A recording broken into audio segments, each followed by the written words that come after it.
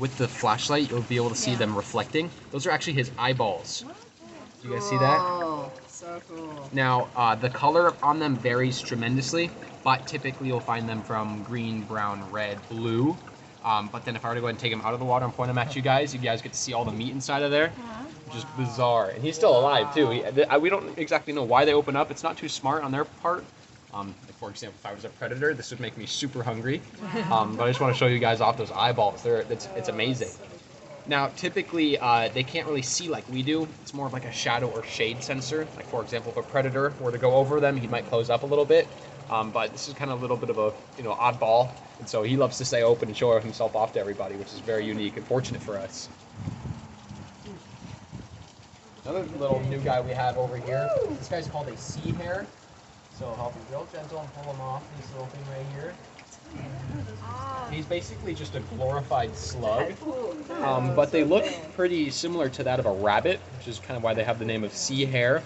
But I kind of recommend everybody to kind of stick your hands and kind of give them a nice little feel. They have a real weird squeeze to them. They're not slimy, I promise. Please, somebody. Right? Wow. And so these guys are strictly herbivores, and as you guys can see, the tanks are pretty clean in terms of like large growths. And so he loves to mow down all of the little growths that kind of like to happen in terms of algae and seaweed. It's weird. It's very weird. He's a lot squishier than you'd think. And so when they get super stressed out or they sense danger, they can actually ink. It's like it was actually used as a dye in the medieval era. But as you guys can see, he's pretty happy with everybody. And for a slug, he moves pretty quick. Purple. Now, these guys get their color from the algae they eat, which is red. But as you guys can see, he's kind of lightening up a little bit and turning a little bit green just because he's been mowing down all the algal growths in this tank right here, which is kind of funny. Another new addition we have right here, this guy's a keyhole limpet. So they're directly related to abalone. So if I show him off, that's his little face right there. He's kind of peeking it out, but he's putting it back in. He's a little nervous. But they actually have an external shell. And so this skin right here, it's almost like a blouse. So typically what they'll do is they'll plant themselves on whatever surface they're at, basically flatten themselves out and use it as like a protective cover. So basically they'll just drive around eating as much algae as possible. They eat algae too? Exactly, yes. So the inside of the shell's pearly like an abalone too? Yes, the inside of it, yes, but we can't really see it because he's still alive. Yeah. Now, my boss told me that they're actually delicious, but the first thing he told me was actually they have psychoactive properties to them. So I got all excited, and then he called me a dumbass. So we're gonna move on from the Just 3 licks, not 4. No, they're perfectly edible. He was just messing with me. The new guy joke, right? Yes, exactly. Oh, the scallop swimming up for us too. Oh! See that? That is super lucky. Oh, wow. That's awesome. Like skipping. Yeah, perfect. I didn't know those things move. That's cool. So in the oysters, is that as big as they get, or? So this that's guy right huge here looking. is exceptionally large. They do not get to the size right here.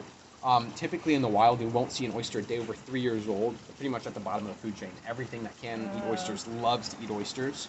If you guys do see these holes right here, these are actually caused by possible predators. For example, predatory snails. There's snails. So that guy's fault. No. But the predatory snails actually drill a hole into the shellfish itself, kind of slurp out the meat like that, which is kind of interesting. Secret smoothie. Now, oysters, and especially one at this size, it's very rare for them to get to this size. So this guy's around 5 to 6 years old versus a 6 to 9 month old oyster. A couple of differences between the two. Now, with the growth itself, these guys are around the same age, although the size difference is pretty significant. Now, with that being said, with oyster growth itself, it gets to a certain point where they're growing and growing and growing to now they actually have to maintain that large shell. And typically they're not able to, but the fact that this oyster has gotten to this size and is able to kind of keep it going is pretty insane. So are oysters like male and female, and that might determine the size difference too? No, they are male or female, but there's no difference based on the sex of the oyster, whether it's taste, smell, color, texture, nothing like that. There's no difference other than it being microscopic. Now, if we were to eat an oyster of this size, we would highly recommend to cook it. When eating regular oysters, it's not an overwhelming mouthful. It's just a simple, piece of meat as so. You'd simply toss that in your mouth. And so oysters have around 5 different parts of themselves that all have their own unique flavor.